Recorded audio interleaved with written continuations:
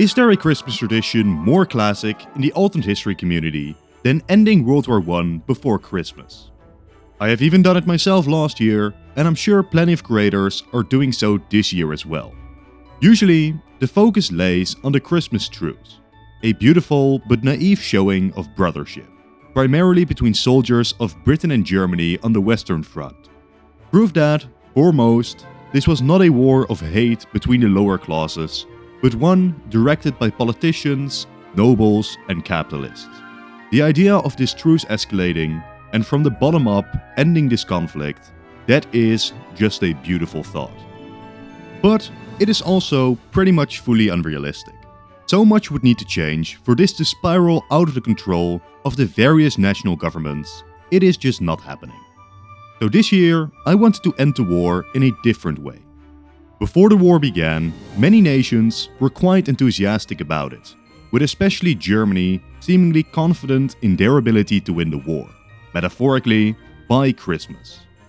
There were really many people who believed that the Schlieffen Plan might have knocked France out in no time, forcing the rest of the Entente to surrender, or at least putting Germany in a position to focus on knocking out the Russians next.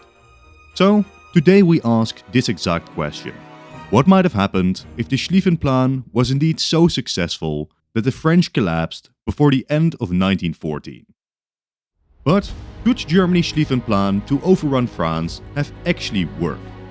Well, that depends a bit on what you mean. If we introduce some changes here and there, perhaps have the Germans be a bit more reckless, then there very much are realistic scenarios where Germany occupies Paris. But could it have locked down the coast, cut off the French armies, destabilize the front line, and force France to capitulate? Very much no. The issue with many Schlieffen Plan videos is that they assume that France would surrender the moment Paris was lost. This is not the case. France had already moved much of the government to Bordeaux, and even if Paris did fall, as long as Britain and Russia were still in the war and France still had an army, they would absolutely persist. Very possibly, such a German capture of Paris could turn out to be a disaster. If France does not surrender, then Germany now has a city of millions on an uneven front line, and they would soon be forced to pull back for a better position. The damage to Paris could have been immense, and it would have been great propaganda for Germany even after the retreat. Germany might even consolidate into better front lines afterwards, but World War I would more than likely not have ended there. But, once more, the capture of Paris wasn't the only goal of Schlieffen. The hope was that the French army would mostly be incapacitated, either through simply being overrun, or, since they would most likely be around the Lorraine area, for a continuation of an enveloping push by Germany, capturing or destroying as much of the French army as they could.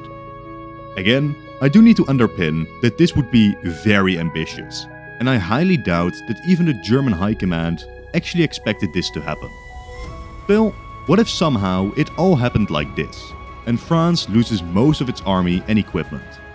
Even more, despite the low amount of soldiers there, the Germans, much like in our timeline, decimate the Russian armies too, alleviating the short-term pressure from the east. In such a situation, where France officially surrenders, Germany can absolutely start negotiating an end to this war. Now you might expect me to say that after such a short war, the peace treaty will surely be mild. But I don't think it will be. This would be a misunderstanding of why short wars tend to produce milder peace deals, and time itself is not the reason. Generally, there are two main factors to consider. First, it might have only been a partial victory. For example, Japan performed very well against Russia, definitely having the military upper hand, while events in Russia's heartland were distracting the Tsar. Yet, Russia could still continue the war if they wanted to. Had Japan, for example, demanded the entire Russian Far East, Russia would just say no. Thus, it becomes a balancing act. Is it worth risking to continue the war to push for more concessions? Or do you take the more limited victory? The second main reason is balance of power politics. If you go for more far-reaching demands, you very much run the risk of alienating the other great powers against you. The war itself potentially becoming far larger than you had previously hoped. Yet, in the hypothetical scenario where the Schlieffen Plan is so successful that France collapses, neither of the previous examples would really apply to Germany, at least concerning France. France is now essentially powerless to resist, while Britain would be unable to create a second front line on their own. In terms of escalation, Germany would already be at war with the only two relevant powers, and the other semi-relevant nations that might yet intervene would either lean Germany or remain neutral. This makes the question for Germany very simple. Do they think that in this position, they win a longer war against Russia and Britain?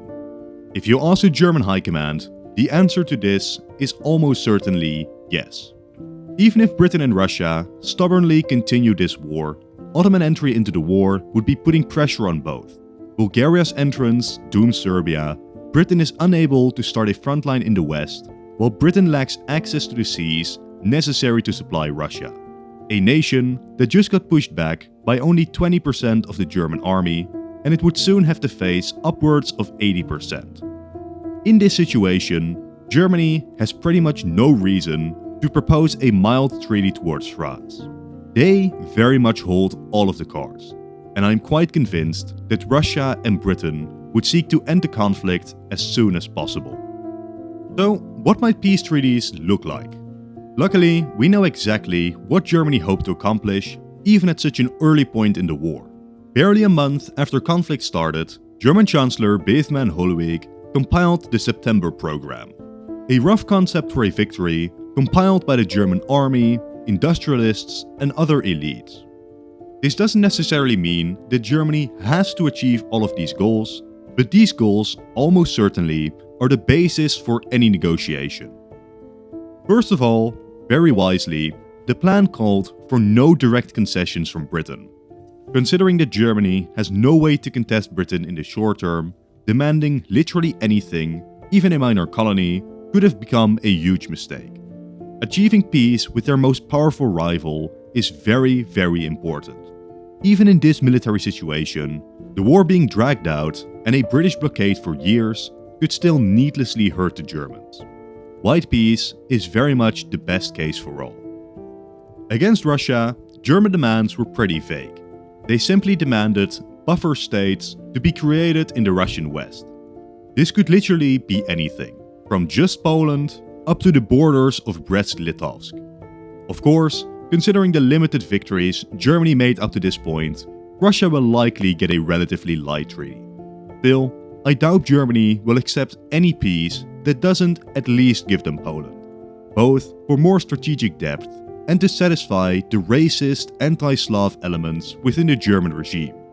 Beyond that, the only other condition on Russia is that they would not intervene in Serbia, recognizing Austrian hegemony over the state. Serbia will bravely resist anyway, but Bulgaria's joining in on the attack of the now isolated nation swiftly ends any notion of Serbian independence. Their government becomes totally controlled by Austria, while Montenegro becomes reliant but less directly puppeted. To reward their joining, Bulgaria also gains a very significant amount of Serbian territory. World War I is almost over, but we have saved the worst for last, the German mutilation of France. Let's start by running through German plans for the nation. They would seize this minor chunk of land, which may seem very specific, but believe me, it isn't. This region produced about 90% of French iron ore, and losing it is a crippling blow to French industry. Then, a coastal strip was to be ceded to Germany or to Belgium. That is, of course, assuming that Belgium was to be turned into a German puppet, with territory likely up to the Meuse seized. Luxembourg was to become a member state of the German Empire. Although no more specific territories were named, further French territories were also to be taken. France would then be forced to pay Germany a war reparation to such an amount that they would not be able to remilitarize for decades, while French fortresses in the north and across the border region were to be destroyed. Finally, the French would have to sign a trade treaty with Germany and stop any trade with Britain. Simply put, the Germans had very high hopes here, essentially turning France into a puppet. Of course, that is not saying that Germany actually gets all of this. Luxembourg and border changes with France are near inevitable, but Britain will absolutely refuse to accept Germany gaining that coastal strip, as it would explicitly be used against the British. Beyond that, it is very possible that Belgium is a point of principle for Britain, as they were the official reason they were even involved in this war. This likely means that German land gains in Belgium are stopped, and while Belgium becomes a de facto German puppet, German influence is subtle enough that Britain can still claim that Belgium has been saved. Beyond that, things like France not trading with Britain is definitely not acceptable to either power. Though, France would be saddled with a large war debt and has practically lost their ability to contest Germany in any follow-up war in the short term. That only leaves Africa, where Germany would see their empire expanded at the expense of mainly France and potentially Belgium. Though, just how much they get exactly is up for interpretation. Either way, Germany and the Central Powers come out of this war with unprecedented hegemony over Europe. I'm sorry for the quick intermission, but by far most of you aren't subscribed. To keep up to date with all the latest releases, consider doing so. Thank you. Now on the surface, this might seem like a decently standard German victory scenario. But to prove that it isn't quite, let's compare it to a more generic German victory, where the Germans clinch a victory somewhere in 1918. We need not kid ourselves. If Germany somehow won in 1918, their position would still not be great. Their economy would be in the gutters. Millions of young men would have died. They would have to fight a guerrilla war in Ukraine, while there is a real risk of escalation of conflict with the Soviets. Should these things escalate in a big way, France might even risk it all on another war. Despite their victory, the situation of Austria-Hungary is very tense, with Hungary moving further away from Vienna and other minorities starting to call for independence, while the occupation of Serbia turns into a bloodbath. The Ottoman Empire, similarly, would still be shocked by the after effect of the Arab uprising, and it would be an open question how well they fare in the post-war world. It is a very open question if Germany and their allies can successfully maneuver themselves through such a troubled victory. How does that view compare to this timeline? Well, Germany is still the industrial and economic behemoth it was pre-war, and the gains it made, while moderate on the map, were very rich in resources, and rather easy to take control over without huge German investment. Russia is for now still intact, making for a much more secure eastern border than the Russian Civil War and the chaos it brought. Tsar Nicholas's position would become quite dangerous, but without years of war, Russia doesn't immediately collapse into anarchy. Yet, as Russia is forced to focus on its internal politics, they are unlikely to confront Germany in the short term. Perhaps the only thing worse for Germany in an earlier peace deal is Britain. Despite winning World War I, Britain in our timeline was broke, and in the decades following saw their army, air force, and even their prized Royal Navy weaken significantly, leaving a nation that struggled to confront a rising Germany before World War II. This alternate Britain, ironically, despite losing the war, still has a far more powerful economy behind it. And, at least initially, Britain would hope that this was only a temporary peace, similar to the ones it once signed with Napoleon, while they tried to stir up a new coalition against Germany. Yet, as we will soon see, London's ability to compete with Germany could be rather limited in this new Europe we've created. Russia would still be a British ally, but one with an unstable future. Obviously, France would join the alliance when they have the chance, but they are effectively kept hostage by Germany. Italy could very well prefer Britain, but much like France, would only join if Britain was already in a winning position. And that is basically it for British allies. Most other powers leaned towards neutrality or even towards the Central Powers, with Austria-Hungary, Bulgaria and the Ottomans sticking with Berlin. The core diplomatic map would look something like this. Most remaining powers simply sticking with the great power that can threaten them the most. and the number of neutral states for Berlin and London to truly fight over is quite limited. This situation is a huge problem for Britain, as it meant Germany has done the impossible. 200 consecutive years of consistent British policy towards Europe had finally been overthrown by Germany. Britain has always been able to rely on the fact that they were the largest economy and industry in Europe. This was the reason that this entire period was called the Victorian era. Every major power was relevant, of course, but Britain, for a century, had stood firmly above the rest. War with Britain meant being excluded from the global economy, and for many nations represented losing access to key war and industrial goods, as well as potentially simply food. All four other great powers knew that they were, at least for now, just playing for second place. But the creation of the German Empire and its industrial successes had now finally flipped this notion. Germany at this point was producing nearly 3 times the iron and had now finally overtaken Britain in overall industrial capacity. Simply put, Britain is no longer the most powerful nation in Europe.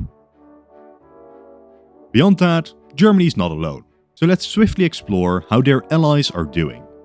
Many of you will know that I don't have an all too high opinion of the Austro-Hungarian system, and I very much doubt it would reform in any meaningful way. Simultaneously though, it is not like Austria-Hungary was necessarily ready to explode in 1913.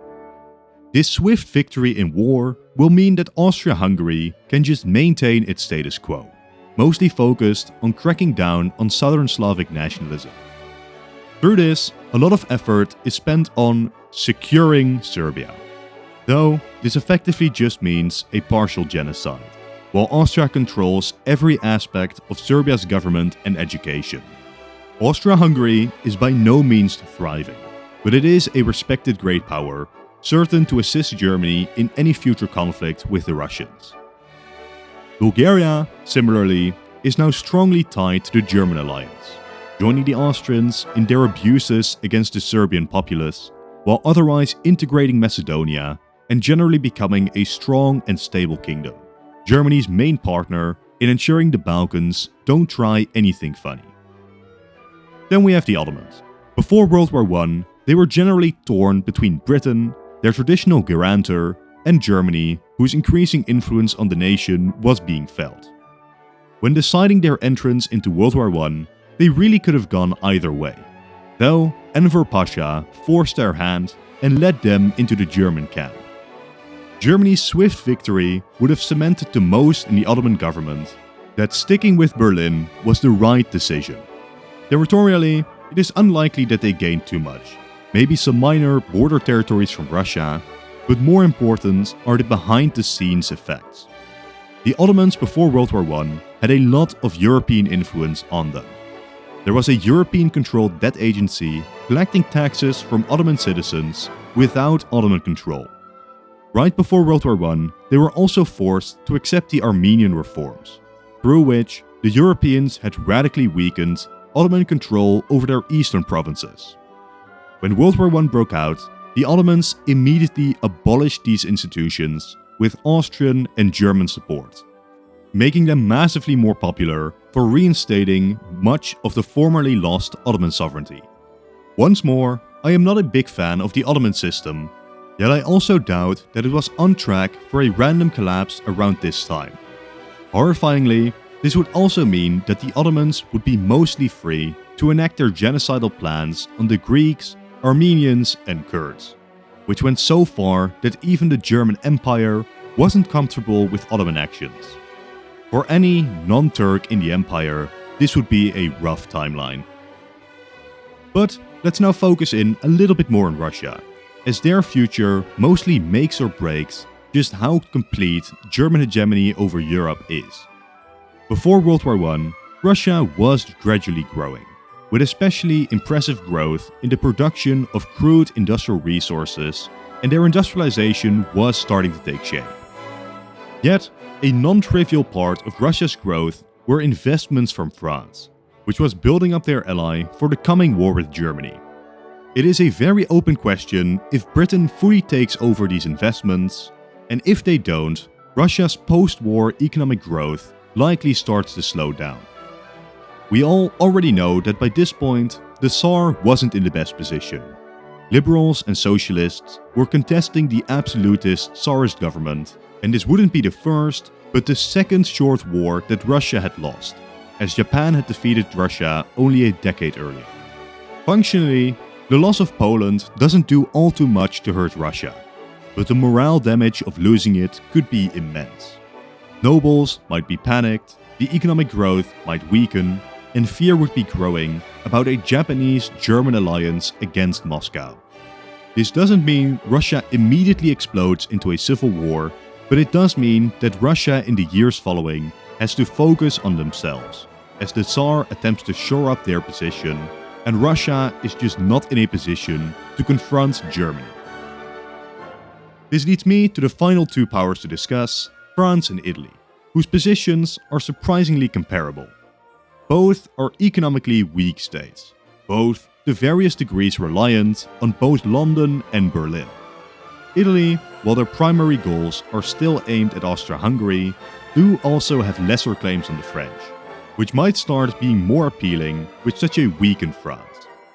Italy's future can really go either way, more than likely ending up with the alliance that is looking likely to win, delaying their participation and then jumping in to ensure some gains for themselves. In the case of France, we already know that they are saddled with huge war debts, and while it is likely that Britain somewhat helps them out to not completely lose them as a useful ally, it is undeniable that without significant defenses in the north, and with Germany now so close to Paris, they are in a very rough position. Their army, far from what it once was, absolutely unready for a new conflict. Now, some people use such a defeat to have a radical ideology rise in France, either becoming communists or ultranationalists. The reason I don't think that this is likely to happen is very simple. The Germans would immediately declare war if they feel threatened. Even before World War I, France had 23 million fewer people than Germany, and about a fourth of their industrial capacity. Both factors are even more true now, and especially in the case of a communist revolution, Germany will immediately jump into action. But likely also in the case of an explicitly anti-German, ultranationalist dictator rising, unlike France in our own timeline, Germany will have no hesitation in preemptively striking France again.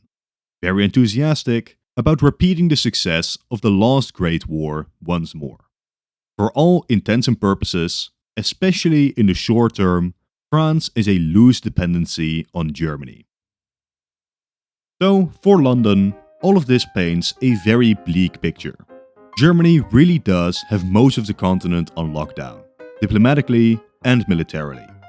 On the world stage, Britain does have a couple of partners, like the US, which would still prefer Britain over Germany, but Britain would need to be very lucky to get a president willing to do anything more than the bare minimum to strengthen Britain.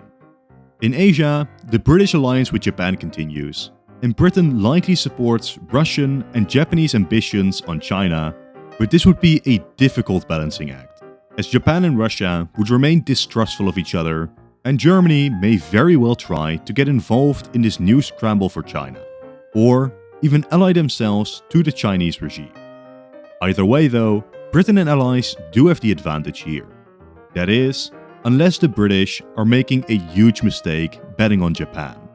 As with Japan's confidence growing, the nation might just grow tired of Britain's partnership with Russia, and Japan might just end up growing closer to Germany in the end.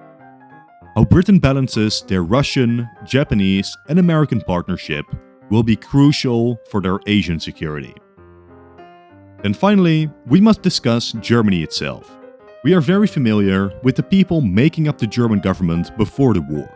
These were generally people believing in autocracy, militarism, and the inherent greatness of Germany.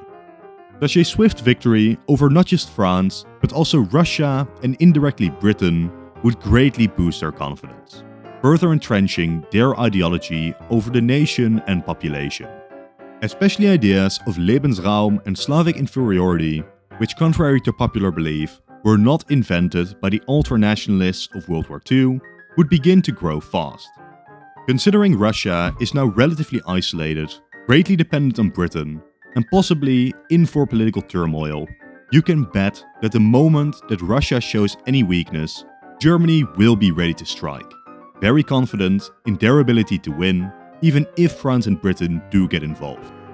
In the case of such a war, you won't be surprised to learn that I would put my money on the Germans winning once more. All in all, I imagine my conclusions here have been highly unsurprising.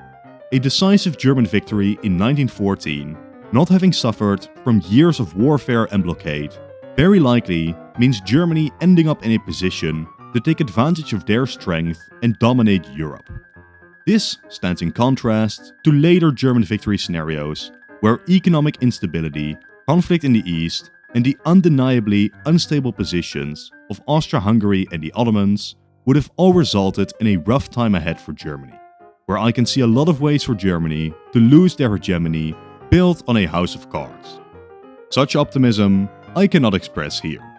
Of course, there are still various ways for Germany to lose the coming competition and ruin their frankly amazing position, but more than likely they don't. Even the erratic, aggressive, and German-focused foreign policy of the Kaiser is unlikely to hold them back, as, if anything, it might just benefit Germany to not give their enemies a break at this point, and continue to hound the French and the Russians during their moments of weakness. The German Empire still stands and falls by the whims of Kaiser Wilhelm II and his government, but it does seem like this Europe is ripe for Germany to dominate. Merry Christmas, I guess. Thank you all for watching, consider leaving a like and a comment as well as subscribing. If you've enjoyed this video, click the video on top to watch another in this series. If you've already seen it, I'm sure that the bottom video is great too. Once again, thank you all for watching, and goodbye.